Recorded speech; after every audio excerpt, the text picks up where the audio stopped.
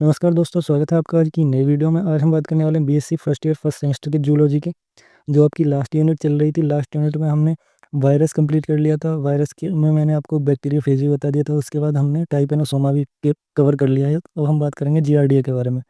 ठीक है, इसका भी introduction, structure, reproduction, life cycle, disease और कंट्रोल और ट्रीटमेंट के बारे में बात करेंगे। एक बार आप जिसको भी अगर क्लियर ना दिखता हो तो एक बार कमेंट में बता देना कि क्लियर है या नहीं। तो सबसे पहले हम इसकी इंट्रोडक्शन की बात करते हैं कि जियार्डिया का परिचय क्या है, कि इसको हम कैसे समझते हैं। जियार्डिया एक सूक्ष्म माइक्रोस्कोप यूनिसेलुलर प्रोटोजोन्स पैरासाइट है। ये भी क्या है, एक टाइपेनोसोमा की तरह एक पैरासाइट है, पर ये यूनिसेलुलर है। जो हमारा टाइपेनोसोमा था वो मल्टीसेलुलर था, और ये हमारा यूनिसेलुलर है, यानी एक कोशिकीय है। ठीक है, और माइक्रोस्कोपिक यानी छोटा है, और परजीवी है यानी पैरासाइट तो है ही। यह मनुष्य और अन्य स्तनधारियों की इन आंतों में पाया जाता है। ठीक है, यह जियार्डिएसिस फैलाता है। इससे जो एक रोग होता है, डिसीज होती है, जिसको हम जियार्डिएसिस कहते हैं। ठीक है, जिससे हमें डायरिया हो जाता है और कमजोरी और पेट दर्द होता है। ठीक है, यह फ्लैजिलेटेड यानी कसाबी का युक्त प्रोटोजोन होता है। जियार्डिया का वैज्ञानिक नाम जियार्डिया लैम्बुला है। ठीक है, क्लासिफिकेशन क्या है, किंगडम इसका प्रोटिस्टा है, फाइलम है सार्कोमेस्टिकोफोरा, सब फाइलम है मेस्टिकोफोरा, और क्लास है ज्यूमेस्टिकोफोरा, जीनस है जियार्डिया, और स्पीसीज है लैम्बिला।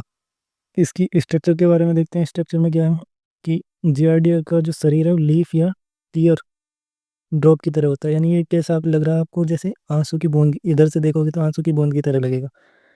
इसका शरीर बाइनरी सिमेट्रिकल होता है, यानी ये दो भागों में डिवाइड होता है, आधा इधर आधा इधर।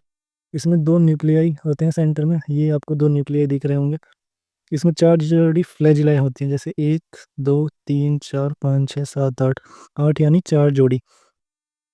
इसमें चूषण चक्र होते हैं, यानी ये इसमें इधर आपको दिख रहा होगा, यहाँ चूषण चक्र इसको ही कह रहे हैं, चूषण चक्र, जिससे है क्या करता है, आंतों की दीवारों पर चिपकने का कार्य करता है। ठीक है, शरीर की जो बाहरी जो होती है, जैसे टाइपेनोसोमा में आपने देखी होगी, जो बाहर की जो मेम्ब्रेन है उसको पेलिकल कहते हैं हम, या पेलिसिल या पेलिकल कहते हैं, जो बाहर की बाउंड्री होती है। ठीक है, बात करेंगे इसके रिप्रोडक्शन के बारे में। इसमें भी ज़्यादातर एसेक्सुअल रिप्रोडक्शन ही पाया जाता है, जो बाइनरी फिजन द्वारा विभाजित होता है। एक पेरेंट सेल से दो डॉटर सेल का निर्माण होता है। दोनों डॉटर सेल में न्यूक्लियर और फ्लैजिला मौजूद होते हैं। ठीक है, यहाँ पे जो आपको दिखाई दे रहा होगा ये जियार्डिया है और ये सिस्ट है। इसके बारे में अभी आपको आगे बताता हूँ। अब इसकी लाइफ साइकिल में हम पढ़ेंगे कि सिस्ट और जियार्डिया क्या होता है। ठीक है, जियार्डिया का जीवन चक्र केवल एक ही होस्ट में होता है, जो कि मनुष्य है। ठीक है, ये जो है एक ही होस्ट में अपना पूरी लाइफ साइकिल करती है। जैसे आप ट्राइपेनोसोमा है, ट्राइपेनोसोमा में दो होस्ट होते हैं, एक मक्खी, टेसी मक्खी, और वुमन। इसमें जो है ये एक ही होस्ट होता है, इसलिए ये मोनोजेनेटिक पैरासाइट है। ठीक है, इसमें तीन फेज होते हैं। ठीक है, तीन फेज, एक तो जियार्डिया होगा, एक आपका सिस्ट होगी, और एक ट्रोफोजोइट होगा। जो सिस्ट होती है वो निष्क्रिय अवस्था होती है, ट्रोफोजोइट जो होगा वो भी सक्रिय अवस्था होगी, और जियार्डिया होगी जो वो भी सक्रिय अवस्था ही होगी। ठीक है, ये बात आप याद रखना। और ये हमें जो संक्रमित करेगा, ये करेगा हमें पानी के थ्रू, यानी गंदे पानी के थ्रू। तो इसकी लाइफ साइकिल कैसे होती है वो मैं आपको फिगर में बता, फिगर आप देख रहे होंगे। इसमें क्या है, सबसे पहले हमें किसी भोज्य पदार्थ को खाते हैं, ऐसा भोज्य पदार्थ जिसमें कि जियार्डिया की सिस्ट मौजूद है। यानी सिस्ट क्या है, एक निष्क्रिय अवस्था जो हमारे खाने या पानी में होती है। ये हमारे अंदर जाती है सिस्ट, और ये अंदर अंदर जो प्रक्रिया होती है ये है, सिस्ट से ट्रेफेनोजोइड्स का निर्माण होता है। ट्रेफेनोजोइड्स क्या करते हैं, ये बाइनरी फ्यूजन करते हैं और जियार्डिया बनाते हैं। दो जियार्डिया बनाते हैं। दो जियार्डिया जब अंदर इन्फेक्शन कर देंगी तो ये बाहर आ जाती है। बाहर किस अवस्था में आती है, वेस्ट के थ्रू आती है, जो हम अपना वेस्ट त्यागते हैं उसमें आती हैं, और उसमें ये निष्क्रिय अवस्था में आती हैं। उस निष्क्रिय अवस्था में यदि कोई फ्लाई, मॉस्किटो वगैरह जो भी उसे छुएंगे वो उसके पंजों पर लग जाती हैं, और फिर हमारे खाने या पानी में आ जाती हैं, और उसके बाद फिर हमारे पेट में चली जाती हैं, और फिर वहाँ से ये सक्रिय होती हैं, सक्रिय होकर बाइनरी फ्यूजन करती हैं। बाइनरी फ्यूजन के बाद फिर हमें संक्रमित करने के बाद फिर वेस्ट के थ्रू बाहर आ जाती हैं। ठीक है, ऐसी इनकी लाइफ साइकिल होती है।